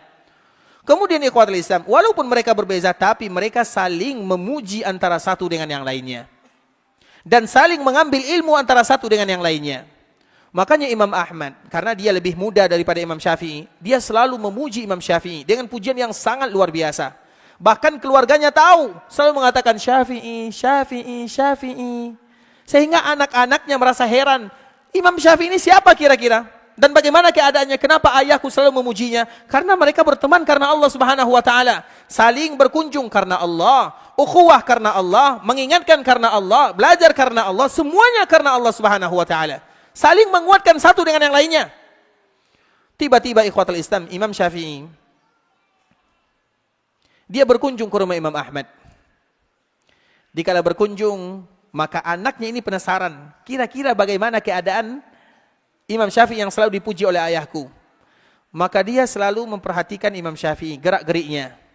Kemudian ikhwatul Islam, sampailah Imam Syafi'i di rumah Imam Ahmad. Kemudian dikala sampai, Imam Ahmad menyediakan makanan sebagaimana biasanya ada tamu. Kemudian dikala disediakan makanan, Imam Syafi'i makan. Tapi pada kesempatan kali ini, Imam Syafi'i makannya tidak sedikit, makannya banyak sekali. Bahkan dihabiskan semua makanan yang ada. Sehingga anaknya heran, kok imam, ustadz banyak makannya. Biasa ustadz sedikit makannya. Kalau ada ustadz banyak makan, nah ingat itu baik-baik. Ini ustadz, ini bahasa dia kira-kira. Ini Imam Syafi'i, ini imam yang dipuji oleh ayahku, tapi makannya banyak. Karena biasanya makan banyak itu ikhwatul Islam. Ini mohon maaf ya, jangan marah ya. Jangan marah ya. Di dalam agama Islam, Umar bin Khattab, tapi jangan marah ya. Ini saya takut menceritakan ini. Di zaman Umar bin Khattab, mohon maaf ya. Umar sedang berjalan di pasar. Tiba-tiba bertemu dengan salah seorang yang sudah tua, yang agak berkah. Artinya berkah itu artinya berlebih. Jadi perutnya berkah. Jangan bilang buncit, bahaya. Berkah. Berkah itu artinya berlebih, iya atau tidak? Anak ini berkah artinya anak ini berlebih. Daerah ini berkah artinya berlebih. Jadi berkah itu artinya berlebih. Jadi orang ini perutnya berkah. Berlebih maksudnya, agak sedikit ke depan. Kemudian bertemu dengan Imam Syafi'i rahimahullah. Imam bertemu dengan Umar bin Khattab. Imam Umar bin Khattab langsung mengatakan seperti ini. Ma hadza ya fulan? Apa ini wahai fulan? Apa jawabannya? Barakah minallah. Ini keberkahan dari Allah wahai Umar. Apa jawaban Umar? Bal huwa azab. Itu adalah azab, bukan berkah. Kata Umar bin Khattab. Kemudian di saat itulah Umar mengatakan, wahai fulan, sesungguhnya kalau perut kita berkah lah istilahnya. Kalau perut kita berkah, yang pertama akan menyebabkan lemah. Yang kedua, mudah datang penyakit. Yang ketiga, sulit bangun untuk melaksanakan ibadah. Jangan marah ya. Ingat baik-baik. Nah dari situlah para ulama itu ikhwatul Islam, mereka melarang kita kalau makan jangan terlalu banyak. Karena nanti bisa jadi perut kita berkah. Kalau perut sudah berkah, mudah datang penyakit, kemudian lemah, kemudian sulit untuk beribadah kepada Allah Subhanahu wa taala. Makanya kita lihat para ulama itu ikhwatul Islam, tidak ada ulama yang perutnya berkah. Yang perutnya berkah tadi. Salah satunya Imam Syafi'i. Makanya karena bayangan anaknya imam, ulama, makannya sedikit. Tiba-tiba datang ke rumah Imam Ahmad, makannya banyak. Oh, ini imam yang dipuji oleh ayahku. Kok bisa makannya banyak? Kemudian ikhwatul Islam, setelah Imam Syafi'i makan, dia tidur. Dia bertanya lagi, inikah imam yang dipuji oleh ayahku? Masa sudah makan dia tidur? Mana ibadahnya? Mana salatnya? Mana tahajudnya? Kemudian diperhatikan selalu, pokoknya anak Imam Syafi'i ini, yang perempuan, karena yang biasanya yang tukang kepo itu laki-laki atau perempuan? Hati-hati ada ibu-ibu di atas ya. Taib. Dia bertanya, pengen tahu. Sehingga dia bergadang. Ingin tahu bagaimana ulama, ingin tahu bagaimana Syafi'i. Dia bergadang. Dilihat makannya, kemudian langsung tidur. Kemudian setelah fajar, Imam Syafi'i langsung bangun. Kemudian langsung bangun, dia pergi ke masjid, langsung salat, tidak ada wudunya. Sehingga putri Imam Ahmad ini, kenapa imam seperti ini? Imam yang selalu dipuji oleh ayahku, yang diagung-agungkan, yang dilebihkan, yang disebutkan semuanya. Maka Imam Ahmad juga tidak tahu jawabannya. Di saat itulah ikhwatul Islam, Imam Ahmad memberanikan diri bertanya kepada gurunya Imam Syafi'i. Karena dorongan penasaran. Kemudian apa yang terjadi? Imam Ahmad datang, wahai guruku Imam Syafi'i, ini karena anakku, ingin tahu. Yang pertama, ada 3 hal yang membuat dia ingin bertanya. Yang pertama, dia mengatakan, engkau menghabiskan semua makanan. Kenapa engkau makan banyak? Maka di saat itulah apa kata Imam Syafi'i? Aku tidak menemukan di dunia makanan yang paling halal kecuali di rumahmu. Maka itu kesempatan untuk memakan semuanya. Maka nanti kalau kita makan di rumah Ustaz, habiskan semuanya. Nah, itu yang pertama. Yang kedua, kenapa Imam Syafi'i tidur? Imam Syafi'i itu ikhwatul Islam, seorang ulama yang jarang tidurnya. Dalam satu malam, mungkin matanya tertutup, tapi akalnya selalu berputar untuk membahas tentang agama Allah Subhanahu wa taala. Sehingga dari sini para ulama menyebutkan mana yang lebih mulia? Ahli ibadah atau ahli ilmu? Mana yang paling mulia? Salah. Yang paling mulia itu adalah ahli ibadah sekaligus ahli ilmu. Iya atau tidak? Enggak ada yang betul ya. Taib. Imam Syafi'i menghabiskan malamnya, dia mungkin berbaring, tapi tidaklah dia keluar di waktu fajar kecuali dia sudah memecahkan banyak sekali masalah-masalah dalam agama. Itulah kepintaran Imam Syafi'i rahimahullahu ta'ala. Kemudian, dikala waktu fajar, dia langsung bangun dan sholat tanpa wudhu karena memang wudhunya karena dia tidak tidur di malam harinya untuk belajar agama Allah Subhanahu wa taala. Dikala mendengarkan seperti itu ikhwatul Islam, baru putri Imam Syafi'i, baru putri Imam Ahmad mengatakan, oh itu rahasianya betul-betul seorang ulama yang luar biasa. Artinya ikhwatul Islam, ini hanya sekedar cerita. Kedekatan antara Imam Ahmad dengan Imam Syafi'i itu sangat luar biasa. Maka begitu jugalah kiranya. Dan bukan hanya Imam Syafi'i dengan Imam Ahmad saja, semua para ulama, mereka dekatnya luar biasa. Begitu juga dengan kita yang mengikuti agama dan ulama tersebut. Jangan pernah kita jadikan mereka sebagai pertentangan dalam agama, karena kita ingin mencari ukhuwah karena Allah Subhanahu wa taala, dan kita ingin mencari teman-teman yang akan mengajak kita kepada Allah Subhanahu wa taala. Karena itulah disebut dengan hijrah di jalan Allah. Jadi hijrah yang pertama dari satu tempat ke tempat yang lainnya. Hijrah yang kedua dari satu teman yang buruk kepada teman yang baik. Hijrah yang ketiga, dan ini yang paling berat ikhwatul Islam, hijrah dari perbuatan buruk kepada perbuatan yang baik. Itu berat sekali. Hijrah dari perbuatan dari tempat ke tempat yang lain mudah. Hijrah dari kawan kepada kawan yang lain mudah. Tapi hijrah yang paling berat adalah hijrah dari perbuatan buruk kepada perbuatan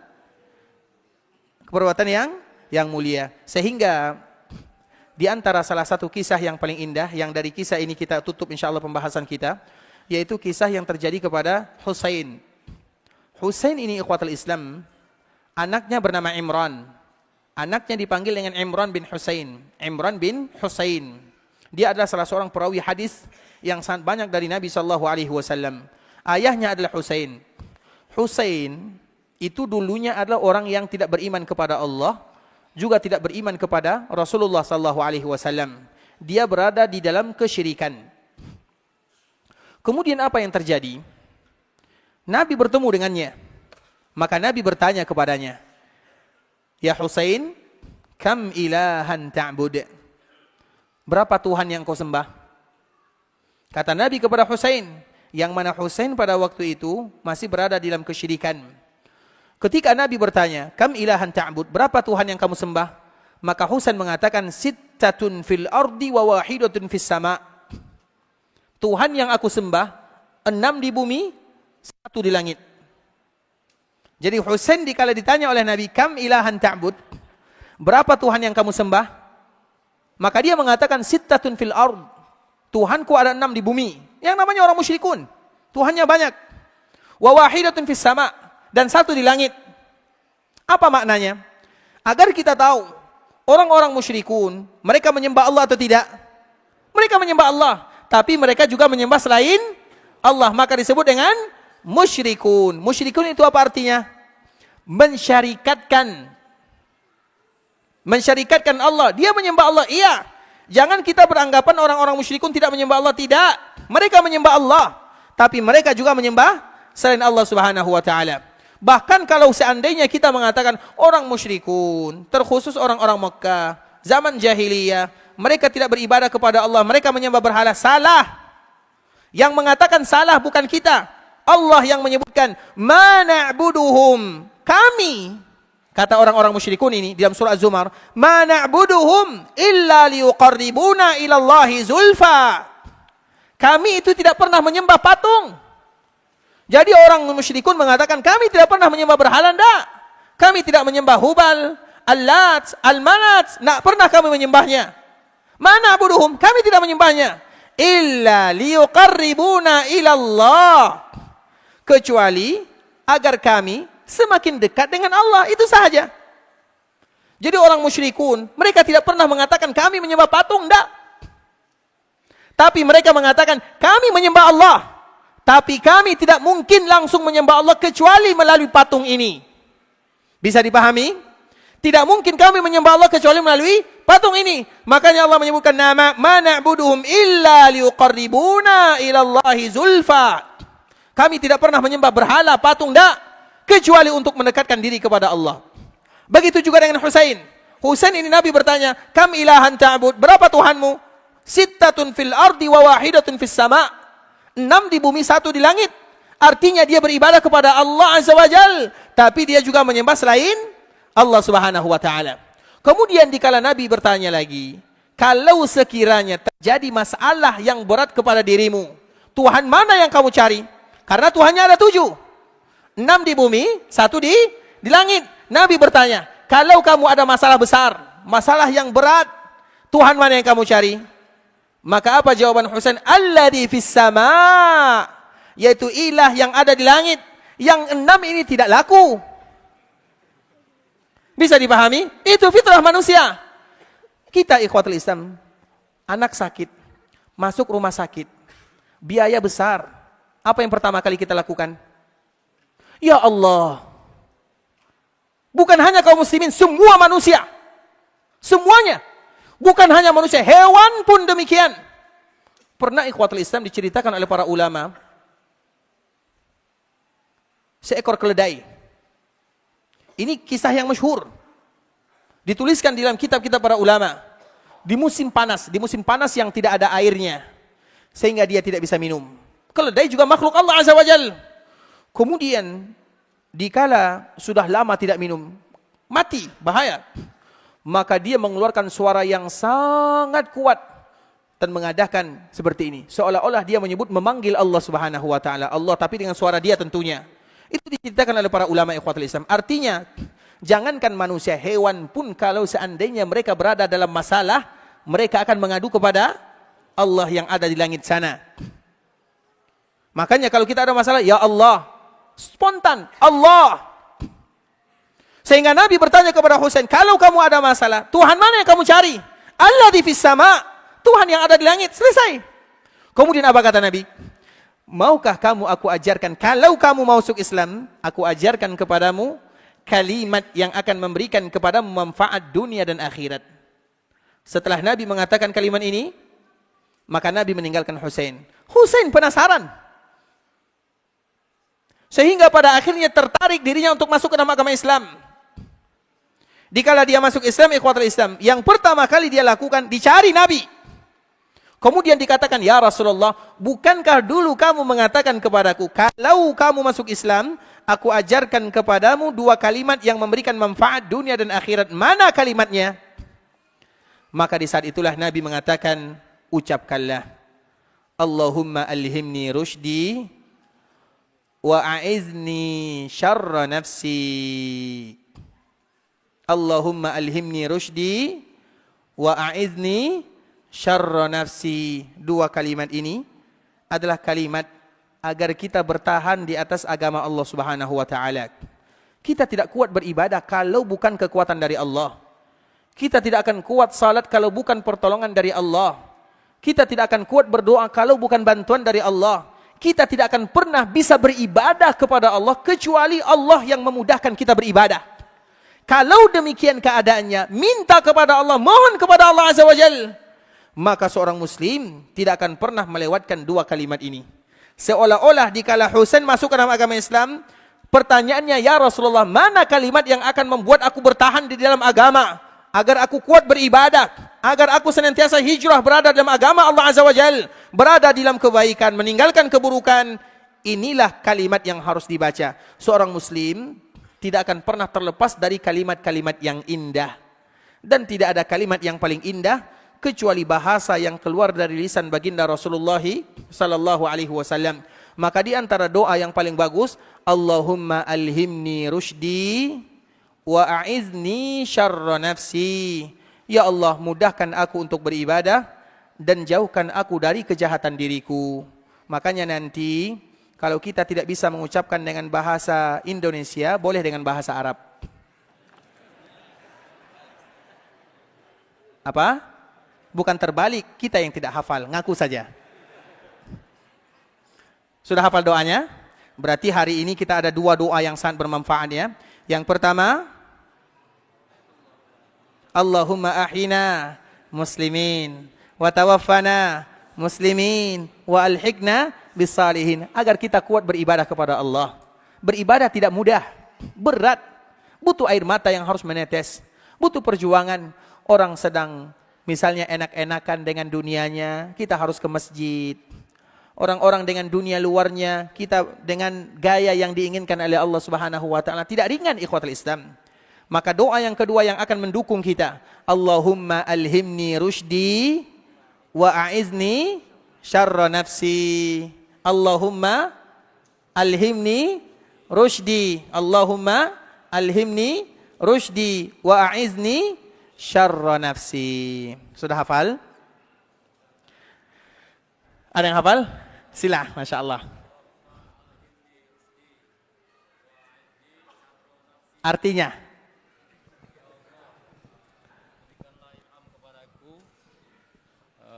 Petunjukmu, petunjuk. Terus? Petunjuk rusdi, petunjuk. Rusdin itu bukan petunjuk artinya. Kemudahan dalam Kemudahan. beribadah. Taib. Wa'idni dan aku berlindung dari kejahatan diriku. Wa'aizni, lindungilah aku Lindungilah aku dari min syarri nafsi, dari kejahatan diriku. Masya Allah, barakallahu fiik. Allah yahfaduk. Masya Allah, sehat selalu Pak ya. Masya Allah. Ini dua-dua lah ya. Nah, taib. Karena buku saya sudah diambil, berarti kita tutup pengajian sampai di sini. Buku saya tidak ada lagi. Tapi ikhwatul Islam, saudara kaum muslimin, kaum muslimat, ikhwani, akhwati rahimani wa rahimakumullah. Tanpa terasa ya, alhamdulillah waktu kita lebih dari 1 jam kita berada di sini, dan semoga perkumpulan kita ini adalah perkumpulan karena Allah Subhanahu wa taala, dan dengannya semoga Allah Subhanahu wa taala ampunkan dosa kita bersama. Sebagaimana Allah kumpulkan kita di sini, semoga suatu saat nanti Allah kumpulkan kita berada di dalam surganya bersama baginda Rasulullah sallallahu alaihi wasallam. Tapi ikhwatul Islam, saudara kaum muslimin, para ikhwani akhwati rahimani wa rahimakumullah, ada sesi tanya jawab. Kalau ada yang ingin bertanya maka kami persilahkan, dan masyaallah barakallahu fik. Tapi mungkin pertanyaan kita jawab yang berkaitan dengan tema dulu ya.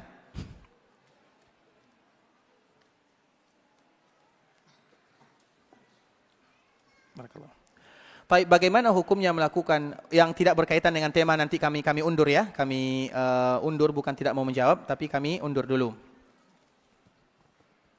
Assalamualaikum warahmatullahi wabarakatuh. Buku Makkah itu apa? Apa arti bagian Madinah? Siapa yang bertanya? Buku Makkah apa? Apa arti piagam Madinah? Ada, ini siapa yang bertanya? Tidak menjadi masalah, karena yang bertanya nanti saya kasih hadiah. Karena ada buku berkaitan dengan Mekah, ada juga berkaitan dengan Madinah. Karena jawabannya mungkin panjang ya. Jadi daripada saya menjawab, lebih baik dia baca buku. Itu tujuannya. Makanya saya tanya apa itu yang bertanya. Nanti kalau ada yang bertanya tentang masalah ini silahkan datang. Karena jawabannya panjang. Buku Makkah itu apa? Dan apa itu piagam Madinah? Mungkin piagam Madinah ini lain dari yang lain ya. Piagam Madinah disebut dengan piagam Madinah. Itu adalah perjanjian Nabi dengan orang-orang Yahudi yang ada dalam kota Madinah. Karena kota Madinah itu dulunya tempatnya orang-orang Yahudi. Ketika Nabi masuk ke kota Madinah, maka tentunya Madinah sudah menjadi kampung bersama. Maka disebut dengan piagam Madinah. Artinya semua mereka yang tinggal di kota Madinah, walau berbeda agama, tapi sama-sama menjaga kota Madinah. Begitu juga dengan kaum muslimin. Kita tinggal di sini. Ada yang muslim, ada yang bukan. Tapi selama ini merupakan tempat kita, daerah kita, negara kita, wajib bagi kita untuk menjaganya. Itu sudah dilakukan dulu, mulai dari zaman dahulu kala. Dan contohnya adalah baginda Rasulullah sallallahu alaihi wasallam.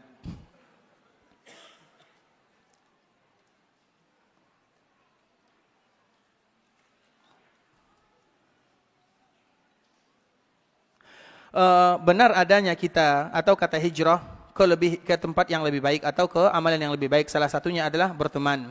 Pertanyaannya, apakah kita ketika sudah berhijrah melupakan teman kita yang masih di dalam lingkungan maksiat, bahkan melupakannya? Ikhwatul Islam, berhijrah itu bukan berarti melupakan kawan. Meninggalkan bukan berarti melupakan. Meninggalkan bukan berarti melupakan. Karena bagaimanapun ketika ada orang yang berbuat maksiat, kita tidak pernah marah kepada dirinya, tapi kita marah kepada perbuatannya. Yang kita marahi itu adalah maksiatnya. Itu harus kita bezakan. Ketika kita berhijrah dari kawan kita, berhijrah bukan dari dirinya, tapi dari amalannya, perbuatannya. Daripada kita yang diajak, lebih bagus kita yang meninggalkan. Itu makna daripada kalimat berhijrah. Makanya kalau ada di antara kita yang bisa kuat berdakwah kepada kawannya, saling beribadah kepada Allah, lakukan. Jangan tinggalkan dirinya. Karena bisa jadi, ingat ikhwatul Islam, orang nanti di akhirat, ini kaedah di akhirat. Yubassarunahum, di dalam surah Al-Ma'arij, yubassarunahum yawaddul mujrimu law yaftadi min adabi yawma idim bibani wa sahibatihi wa akhi wa fasilatihi allati tu'wi wa man fil ardi jami'an thumma yunjih. Itu kaidah di akhirat. Kaidah di akhirat, kita akan mencari mangsa. Semua kita mencari mangsa. Ya Allah, gara-gara dia aku tidak beribadah, masukkan dia juga ke dalam api neraka. Padahal kita mau melangkah menuju surga. Seorang ayah begitu juga. Ya Allah, anakku. Seorang anak mengatakan, ya Allah, ayahku. Seorang teman mengatakan, ya Allah, temanku. Jadi di akhirat, kita akan mencari mangsa. Al-akhillau yawma idin ba'duhum li ba'din adu. Kita akan menjadi musuh. Illal muttaqin. Kecuali mereka yang bertakwa. Apa makna bertakwa? Mengingatkan. Kalau ada orang yang bersalah, kemudian kita tidak mengingatkan, kita pun akan kena. Contoh yang lain. Di dalam Al-A'raf, dalam surah Al-A'raf, was'alhum 'anil qaryati allati kanat hadiratal bahr idh ya'duna fis sabt. Allah bercerita tentang Bani Israel yang mana mereka tinggal di pinggiran laut. Jadi mereka tinggal di pinggiran laut. Kemudian apa yang terjadi? Mereka terbagi 3. Karena dulu di antara hari besar orang Israel atau Bani Israel itu adalah hari Sabtu. Hari Sabtu itu adalah hari ibadah. Kalau kita hari ibadah adalah hari Jumat. Hanya saja perbezaannya, kalau hari Jumat kita boleh bekerja atau tidak? Boleh bekerja atau tidak? Boleh. Yang tidak boleh itu diusahakan tidak ada majlis ilmu sebelum sholat Jumat. Misalnya ceramah, belajar agama, itu sebelum Jumat, itu dianjurkan tidak, kecuali ada kemaslahatan. Itu saja yang dianjurkan untuk meninggalkannya. Tapi bekerja silahkan. Sampai kapan kita boleh bekerja di hari Jumat? Sampai azan kedua. Coba bayangkan, saking ringannya yang Allah minta. Kalau itu adalah umat Nabi. Sedangkan umat sebelumnya, kalau hari ibadah mereka betul-betul tidak boleh bekerja sama sekali. Orang Bani Israel, hari ibadahnya adalah hari Sabtu, tidak boleh sama sekali beribadah, tidak boleh. Nah, Allah ceritakan kisah mereka ini dalam Al-Quran. Was'alhum 'anil qaryati allati kanat hadiratal bahr. Tanya, kisahkan, sampaikan cerita orang yang tinggal di samping atau di pinggiran laut. Iz ya'duna fis sabt. Ketika mereka dilarang untuk bekerja di hari Sabtu, mereka tidak boleh bekerja di hari Sabtu. Berarti sore Jumat, petang Jumat sudah tidak boleh lagi bekerja. Sampai maghribnya. Setelah maghrib di hari Sabtu baru boleh mereka bekerja. Itu kaidah untuk orang terdahulu. Kemudian orang yang tinggal di pinggir laut ini, hari Ahad, mereka tentunya orang yang tinggal di pinggiran laut pekerjaannya adalah mencari ikan, nelayan kalau bahasa kitanya. Mereka mencari ikan, tapi tidak ada satupun ikan yang datang. Tidak ada yang mereka dapatkan rezeki kecuali sedikit. Tapi kalau sudah hari Sabtu, maka ikan berkeliaran di pinggiran laut. Seolah-olah ikan ini tahu kalau itu hari Sabtu. Kalau hari Ahad, Isnin, Selasa, sampai hari Jumat, tidak ada satupun yang datang. Tapi kalau hari Sabtu, itu semuanya datang di pinggiran laut. Dan itu juga ada di zaman umat Nabi. Ujiannya sama. Umat Nabi berhasil, umat sebelumnya gagal. Sama ujiannya. Dan kita tidak bisa menceritakan tentang di sini ya. InsyaAllah mungkin 2 tahun lagi kita ke sini lagi ya. Kemudian ikhwatul Islam, dikala Allah menceritakan ini, mereka tidak bisa menangkap ikan kecuali, dan ikannya tidak ada kecuali di hari Sabtu. Apa yang mereka lakukan? Di sore Jumat mereka menggali lubang. Jadi lubang itu di pinggir pantai digali lubang. Kan biasanya kalau pantai kan ada ombaknya. Kemudian surut lagi, pasang, kan begitu kan, pantai kan. Sehingga nanti kalau airnya kemudian ada lubang, berarti ikan-ikan tidak bisa keluar dari lubang ini. Bisa dipahami? ditambah lagi dibuat apa namanya yang buat jaring. Kemudian ikhwatul Islam, ini boleh atau tidak? Boleh atau tidak? Boleh atau tidak? Dia membuatnya di petang Jumat. Sabtu mereka tidak beribadah. Hari Ahad nanti atau sorenya baru mereka ambil ikannya. Pertanyaannya boleh atau tidak? Boleh atau tidak? Sama orang berzakat. Zakat itu ikhwatul Islam. Kalau uang kita sudah sampai 80 jutaan, kalau sekarang ya kurang lebih 85 jutaan, uang yang tersimpan dan sudah lebih daripada 1 tahun, maka tahun berikutnya wajib kita keluarkan 2,5. Kemudian tiba-tiba kita datang kepada keluarga. Karena uang kita sudah sampai 85 juta. Ayo kita pergi restoran, kita makan mewah-mewah yang harganya sampai 5 juta. Tujuannya supaya uang kita tidak kena zakat.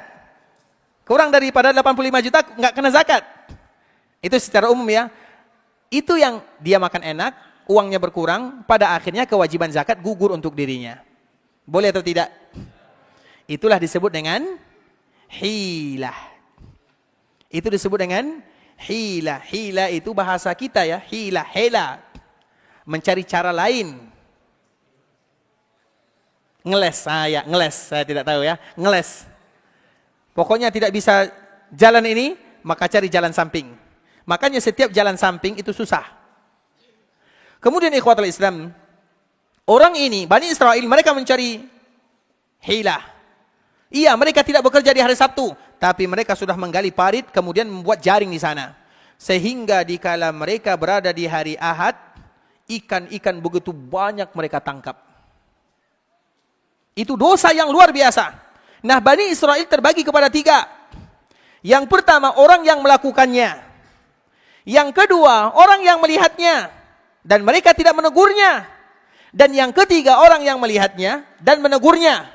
Terbagi kepada 3. 2 di antara mereka diazab oleh Allah, dihukum. Apa hukumannya? Menjadi kera. Coba bayangkan, bukan hukuman main-main. Dan kera itu ikhwatul Islam, hukuman yang paling berat. Dan tidak satu pun Bani Israel yang menjadi kera kecuali umurnya hanya 3 hari.